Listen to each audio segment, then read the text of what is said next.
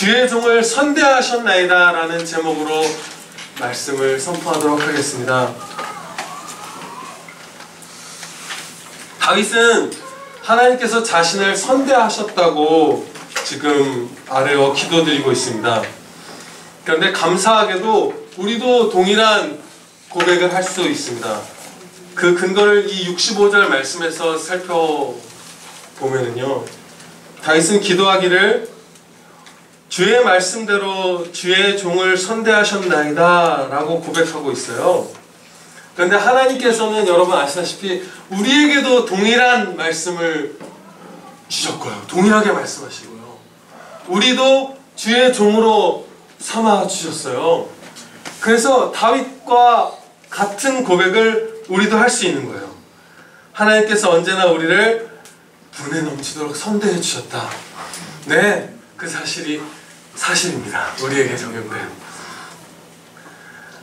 하나님의 선대하심을 깨닫고 늘 감사로 찬양 드리는 것은 더 강조할 수 없을 만큼 중요합니다. 왜냐하면 여러분들 아시는 바대로 하나님께서 우리를 창조하신 목적이 하나님께 감사의 찬양을 드리게 하시기 위함이잖아요.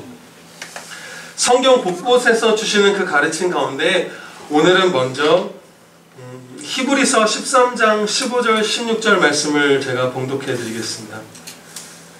히브리서 13장 15절에서 말씀하시기를 그러므로 우리는 예수로 말미암아 항상 찬송의 제사를 하나님께 드리자. 이는 그 이름을 증언하는 입술의 열매니라. 오직 선을 행함과 서로 나누어 주기를 잊지 말라. 하나님은 이 같은 제사를 기뻐하시느니라. 아멘. 사도는 지금 성령님의 감동하심을 받아서 말씀하기를 예수로 말미암아 항상 찬송의 제사를 드리자 이렇게 말하였어요. 그리고 여러분들 거의 암송하다시피 하시는 말씀 이사야서 43장 21절에서 말씀하십니다. 이 백성은 내가 나를 위하여 지었나니 나의 찬송을 부르게 하려 함이라. 이처럼 나를 언제나 선대해 주시는 하나님께 감사로 찬양 드리는 것은 우리 존재의 최고의 목적이에요. 그래서 그 중요성은 이루 말할 수가 없는데요. 물론 지금 감사에 대해서 강조하여 말씀을 선포하고 있지만 감사가 찬양의 전부는 아니에요. 그렇죠? 찬양에는 여러 가지가 있어요. 경외함도 있고 무슨 참 많은 것들이 있죠. 그러나 찬양은 언제나 감사로 드려야 됩니다. 감사가 찬양의 전부는 아니지만 감사 없는 찬양은 아마 불가능할 거예요. 예를 들어서 내 영혼의 죄를 죽여주시는 주님의 그 놀라운 권능, 또 그 거룩하심이 드러나잖아요. 저의 죄를 죽여주실 때. 그런데 그 놀라운 권능과 그 주님의 그 살피심과 거룩하심의 영광을 찬양하면서 감사하지는 않는다. 아, 주님의 능력은 대단하십니다. 근데 제 죄를 죽여주셔도 감사는 좀 별로 없습니다. 이러면 사실은 그것은 좀 너무나 불완전하죠. 정말 불완전한 찬양이에요. 제대로 된 찬양이라고 볼 수가 없어요. 그래서 주님의 모든 영광과 그 어떠하심을 우리가 찬양할 때 항상 감사가 있는 거예요. 우리와 거리가 먼 것처럼 느껴지는 하나님의 그 한없는 영광을 우리가 찬양 드릴 때도 그 하나님이 우리와 관계를 맺어주시고 우리의 아버지가 되어주셨다는 사실에 감사가 따라올 수밖에 없는 거예요. 그래서 지금 다윗처럼 하나님께서는 우리를 선대해 주셨습니다 라는 이 사실을 고백하면서 감사드리는 것은 우리에게 가장 중요한 순종입니다. 그렇다면 정말로 하나님께서는 언제나 우리를 선대하시는가? 하나님께서는 온 세상을 선하게 복되게 창조하시죠. 그 사실 하나만으로도 영원히 찬양받으셔야 마땅해요. 아멘. 또 하나님께서 온 세상을 창조하셨다는 것은 우리가 누리고 있는 모든 것들이 다 하나님께서 주신 것이라는 뜻이에요. 우리가 무언가를 만들어서 하나님께 드려서 거래하듯 하나님께 복을 받은 게 아니라 우리 자신도 하나님이 만드신 하나님의 소유이고 하나님 안에서 하나님께서 주신 것들로만 모든 유익을 누리는 거예요. 그러니까 감사할 것 뿐이죠. 그런데 그런 창조주 하나님, 또 온 세상을 계속해서 자비로 돌보시는 하나님이심에도 불구하고 우리가 교만해서 대적했잖아요. 그래서 하나님의 원수가 되어서 죄에 싹신 사망을 받아 영원한 사망의 형벌을 받아야 마땅한 자들인데, 그런 우리를 구원해 주시려고 독생자 예수 그리스도를 십자가에 내어주셨고, 예수님께서는 자발적 순종으로 우리를 위해서 십자가에 달려 죽으셨잖아요. 그래서 우리를 구원해 주시고 그렇게 영생을 주시고 자녀 삼아 주셨기 때문에 그 선대하심의 크기는 과분하다는 말로도 부족해요. 우리 모두에게 주신 선대하심이. 또한 구원받은 자녀의 삶에 날마다 매 순간 주시는 온갖 그 다양하고 풍성한 은혜들이 너무나 많죠, 여러분. 정말 세심하게 돌보시잖아요. 우리를 향한 생각이 너무나 많으시잖아요. 그래서 우리는 하나님께서 언제나 우리를 선대해 주신다는 사실을 알 수 있고요. 그러므로 우리가 벅찬 감사로 매일을 감사의 산제사로 바쳐야 합니다. 아멘. 본문 말씀은 진정한 감사의 삶이란 무엇인지 본을 보여주고 계세요. 이 본문 말씀에 비추어서 우리를 점검해야 하는데요. 오늘은 제가 65절만 봉독했지만 66절, 67절도 좀 같이 살펴보겠습니다. 다윗은 65절에서 감사의 고백을 드렸잖아요. 그리고 나서 66절에서는 하나님께 좋은 명철과 지식을 배우려고 하고 있어요. 그리고 67절에서는 그가 주님의 말씀을 순종하여 이미 감사함으로 다 행하고 있다는 사실을 고백하고 있어요. 그러니까 감사를 입술로 고백하는 것에 더하여서 하나님의 말씀을 배우고 하나님의 말씀을 순종하여 사는 삶까지 들어가는 게 진짜 감사인 거예요. 이것은 앞서 봉독했던 히브리서 13장 15절 16절 말씀에서도 가르쳐 주시는 사실입니다. 제가 다시 한번 봉독해 드리겠습니다. 그러므로 우리는 예수로 말미암아 항상 찬송의 제사를 하나님께 드리자. 이는 그 이름을 증언하는 입술의 열매니라. 입술의 열매죠. 그런데 이어지는 말씀이 오직 선을 행함과 서로 나누어 주기를 잊지 말라. 하나님은 이 같은 제사를 기뻐하시느니라. 아멘.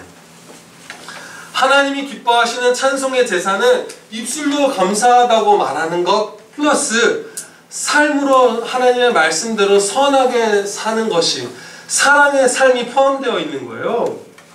그래서 이제 우리가 이 선대하신 하나님께 감사드리는 창조의 목적을 다하려면 우리의 삶 자체가 정말 뜨거운 사랑의 삶으로 획기적으로 변화되어야 돼요. 우리가 서로의 삶에서요, 그래서 우리라는 게 우리 평안교회예요. 우리가 서로의 삶에서 점점 더 많은 사랑의 실천을 목격하게 되는 것을 하나님께 감사드렸어요. 그리고 생각한 바 주시는 마음이 우리가 여기서 멈추지 말아야 된다는 거예요.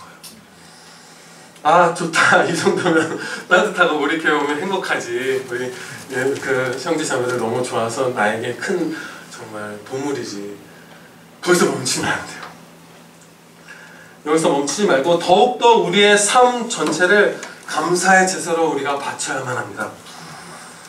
우리에게 더 감사드려야만 한다는 이러한 자각이 골고루 나누어 주셨음을 우리가 목격하게 돼요. 여러분의 삶에서 목격할 수 있고요.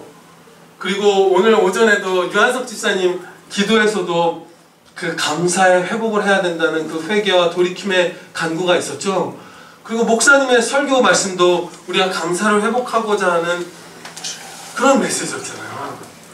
그런데 이렇게 더 감사드려야 한다는 자각이 있는 게 엄청난 은혜예요. 성경 말씀에서도요, 더 감사드려야 한다는 자각을 아예 잃어버린 하나님의 백성들 정말 많이 나오더라고요. 그리고 교회사에서도 하나님께 감사드려야 한다는 그 생각 자체를 아예 잊고 거의 멸망으로 치닫는 사람들이 너무 많았고요. 형제자매님들이. 그리고 오늘날 우리 집안에서도 우리가 더 온 삶을 바쳐 감사드려야 한다고 자각조차 못하고 있는 우리의 형제 자매님들이 너무나 많잖아요. 그러니까 우리가 더 감사드려야 한다라는 이 자각이 있는 것 자체가 너무나 큰 은혜를 받고 있는 거예요. 이 생각을 우리가 잊을 수도 있어요. 지금이 우리가 감사드릴 수 있는 기회입니다. 엄청난 은혜의 때예요. 우리가 지금보다 1~20% 정도 개선되어 감사를 드릴 수 있는 게 아니라 우리가 다윗과 같은 이 고백을 하면서 적어도 2배는 감사드릴 수 있어요. 온 삶을 감사의 제사로 드리면서 2배 더 사랑하고 2배 더 희생하고 2배로 용서하고 2배로 신중하고, 신중한 건 겸손이죠. 말씀을 따르는 신중. 2배로 순결하고 2배로 온유하고 2배로 말씀을 배우고 2배로 기도하고 2배로 찬양하고 2배로 정직하고, 수많은 그 2배의 순종을 우리가 분명히 할 수 있어요. 시간적인 면으로만 보면 2배 하다가 돌아가실 분들도 있을 거예요. 하루가 한 37시간쯤 되면 2배 하실 수 있어요.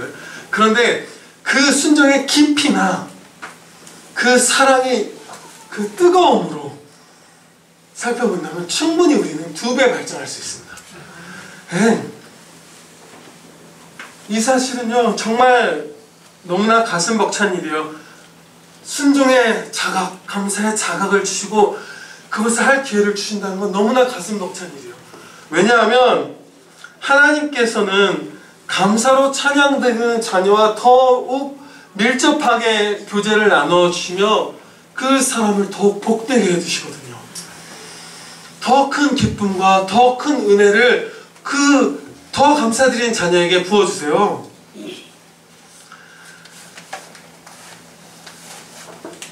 반면에 우리가 이 두려운 면도 살펴봐야 되겠죠. 삶을 바쳐서 감사드리지 않는 건 우리가 배은망덕한 거예요. 그 배은망덕함 자체로도 비참하고 하나님과의 교제가 멀어지면서 더 비참은 가속화돼요. 고린도전서 10장 10절 말씀을 보면 하나님께 감사드리지 않고 믿는 게 얼마나 큰 죄인지, 두렵고 큰 죄인지 가르쳐 주세요. 근데 이 말씀을 제가 봉독해 드리기 전에 감사와 불평이나 원망 사이에는 중립이 없다는 사실을 우리가 기억할 필요가 있어요. 감사드리진 않지만 불평하진 않는 상태, 그런 건 없어요. 그렇죠? 정말 우리가 그야말로 정직하기만 하다면 열렬히 감사드릴 수밖에 없잖아요. 하나님이신 그리스도께서 우리 대신 십자가에 달려 죽어주셨잖아요. 그런데 우리가 미지근하다면, 뜨겁지도 차갑지도 않다면 그것은 그냥 좀 감사에 더딘 게 아니라 사실은 마음에 불평이 있는 거잖아요. 아주 큰 병이 든 거잖아요. 그런데 고린도전서 10장 10절에서 안타까운 출애굽 백성들에 관하여 이렇게 말씀하십니다. 저희 중에 어떤 이들이 원망하다가 멸망시키는 자에게 멸망하였나니 너희는 저희와 같이 원망하지 말라. 하나님께 감사드리지 않고 원망하는 게 하나님이 천사들을 보내어서 멸망하게 만드신 원인이 된다는 거예요. 오늘 오전 예배 설교 말씀과 그 예레미야 말씀과 동일한 거예요. 감사하지 않는 자가 멸망당하는 거예요. 우리가 더 감사드려야 한다는 사실을 깨닫게 해주신 이 은혜의 때를 놓치지 않기를 바랍니다. 네. 우리의 이 감사는 아까 히브리서 말씀과 오늘 65, 66, 67절에서 배운 것처럼 삶을 감사의 제사로 바치는 게 감사잖아요. 제가 우리가 얼만큼 더 감사하면서 살 수 있는지 참 아름다운 본을 제가 나눌게요. 근데 제가 자주 맨날 같은 저희 학교의 몇몇 교수님들 얘기를 돌려가면서 하는데 그 이유가 있어요. 밀접하게 보는 우리의 이 땅에 주의 말씀 같은 자들 가운데서도 충만히 감사하면서 사는 분들이 별로 없어서 그래요. 그래서 제가 자꾸 같은 분들을 말씀드리는 거고요.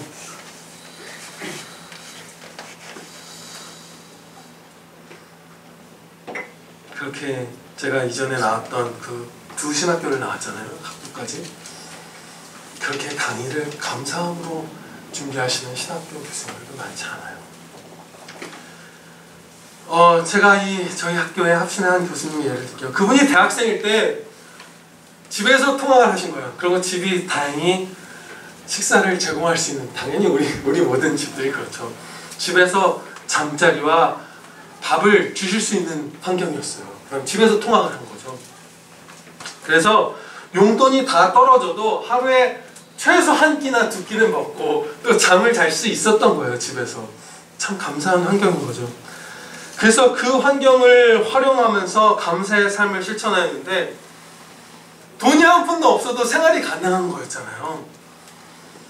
그래서 그 상황을 10분 하려는 거예요. 그래서 첫째로 뭘 했냐면, 아니요, 이 두 번째만 나눠도 되겠네요. 어느 날 있었던 거예요. 그분이 대학 시절에 집에서 이제 학교로 가는 지하철을 타고 지하철 입구에 내려서 학교로 가는데, 그 대학교가 있는 지하철역에 유명한 거지가 한 분 계셨어요. 오랜 세월 같은 자리를 지키는 거지분들이 있잖아요. 저도 그런 분들 삼성역에서도 기억나는 분 있고 그렇거든요. 근데 그 지하철역 3번 출구에 가면 항상 있는 분인 거예요. 몇 년 동안. 근데 어느 날 그분을 그 교수님도 대학생 시절에 맨날 봤었는데, 어느 날 어린 아들을 데리고 나서 구걸을 하고 있대요. 그래서 마음이 움직인 거예요. 성령께서 역사하심으로 그분의 마음이 사랑으로 들끓은 거예요. 근데 그날 감사하게도, 하필이란 말을 쓰면 있는데 그건 아니면 감사하게도 그날 용돈 전액이 주머니에 있었던 거예요. 10만 원. 요즘으로 치면 30만 원 될 거예요. 그 시대를 고려하면. 근데 그걸 다 나눠줘도 집에서 밥 먹고 통학할 수 있는 상태잖아요. 그래서 손으로 편지를 쓴 거예요. 주된 내용은 예수님 믿고 그 자녀분과 함께 가까운 교회 나와서 주님 영접하고 구원 받으시라고. 그리고 그 편지 사이에 그 10만 원 용돈 전액을 넣어서 금요일날 그분께 드린 거예요. 그리고 나서 월요일날 학교를 가려고 그 지하철역에 내렸는데 그분이 없어지셨어요. 그리고 다시는 돌아오신 적이 없네요. 아마도 우리가 100% 확신할 수 없는데 아마도 예수님 믿으신 게 아닌가 싶어요.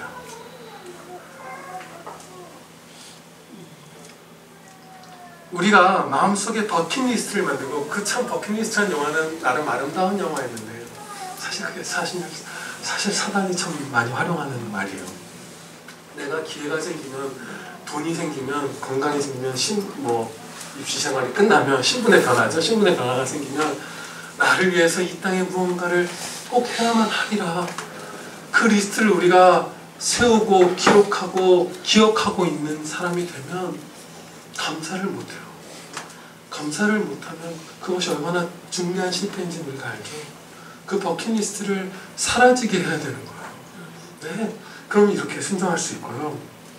이분이 이제 후에 제가 직접 목격한 본을 한 가지 더 나눌게요. 그야말로 이건 정말 2배, 3배예요. 나이가 들고 합신 대학원을 그분이 졸업하고 유학 생활을 이제 다녀와서 합신의 교수님이 된 거예요.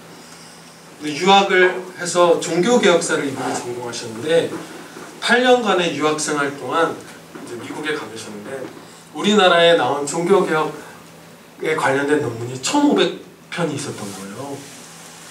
그런데 하나님께 감사의 산 제사로 자신을 바치려고 그 1,500편의 논문을 다 살펴본 거예요. 그래서 저도 받은 리스트가 있는데, 이분의 종교개혁사 강의를 들으면요, 매주 주제가 있잖아요, 강의에. 그러면 그 주제에 맞춰서 1,500편 논문 중에 가장 유익한 것들을 추려서 그 주제별로 정리한 목록과 PDF 파일을 주세요. 그래서 마음만 있으면, 감사의 산제사의 삶을 살려는 그 마음만 있으면 얼마든지 그 종교개혁사에 관해서 공부할 수 있는 그 반찬 밥상 한정식을 쫙 차려놓은 거예요. 그리고 후에도 계속 그 리스트를 업데이트하고 있어요. 우리가 정직하게 감사드릴 때 2배, 3배 충성을 할 수 있는 거예요. 이 본이 제가 드리지 못한 건 안타깝고 죄송스럽게 여깁니다. 우리 서로를 위해서 기도했으면 좋겠어요. 그래도 우리 목사님께서 본을 보여주신 게 참 감사하죠. 그게 우리에게 주신 빗줄기예요. 정말 큰 은혜예요. 더 감사드려야 되겠다는 거지. 우리 여러분 서로를 위해서 더 감사의 산제사의 삶을 사는 사람들이 되도록 기도하시고요. 또 저를 위해서도 기도해 주세요.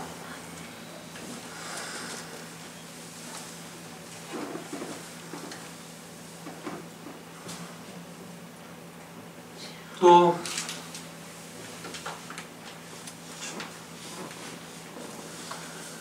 감사와 겸손히 온 삶을 산제사로 바치는 사람의 삶이 지금 이렇게 보면 마치 막 워커홀릭처럼 일하는 부분에서만 발전이 있는 것 같잖아요. 그렇지 않고요. 전인격이 우리의 영혼과 육신을 다 바쳐서 하나님께 드릴 때 그 모든 우리의 전인격이 복되게 변화된다는 사실을 우리 초대 이제 4세기의 교부였던 아타나시우스 선생님의 이야기를 통해서 살펴보고 마칠게요. 그 4세기에 살았던 이 교회의 지도자였던 이 아타나시우스 선생님에 대해서 나지안주스의 그레고리우스라는 분이 이렇게 평했어요. 정말 이 아타나시우스 선생님은 감사로 온 삶을 바쳤던 분이거든요. 많은 교배 생활을 살면서도 끊임없이 하나님께 감사의 산제사를 삶으로 드렸던 분이거든요. 그러한 성도가 어떻게까지 변화되고 얼마나 복되게 변화되는지 이 글에서 읽을 수 있어요. 정말 아름다워요. 그러니까 이 아타나시우스는 두 극단을 피했다. 그는 행동에 있어서는 기품이 있었고 정신에 있어서는 겸허했다. 미덕에 있어서는 범접하기 어려웠으나 교제에 있어서는 누구나 쉽게 다가갈 수 있었다. 온유했고 분노가 없었으며 인정 있고 말이 부드럽고 성정은 더 부드러웠다. 책망에는 침착했고 칭찬에는 설득력이 있었으며 지나친 책망이나 지나친 칭찬으로 책망이나 칭찬의 선한 효과를 손상시키지 않고 아버지 같은 온유함을 가지고 책망하고 통치자 같은 위엄을 가지고 칭찬하여 온유함도 사라지지 않았고 엄격함도 변질되지 않았다. 책망은 이성적이었고 칭찬은 신중했으며 둘 다 진실로 지혜로웠기 때문이다. 여기서 주목해보세요. 그의 성품은 그의 영적인 자녀들을 훈련시키기에 충분해서 말이 별로 필요하지 않았고 말로도 충분해서 매도 별로 필요하지 않았으며 매도 신중하게 사용해서 칼을 빼를 필요는 더더욱 없었다. 너무나 아름답죠.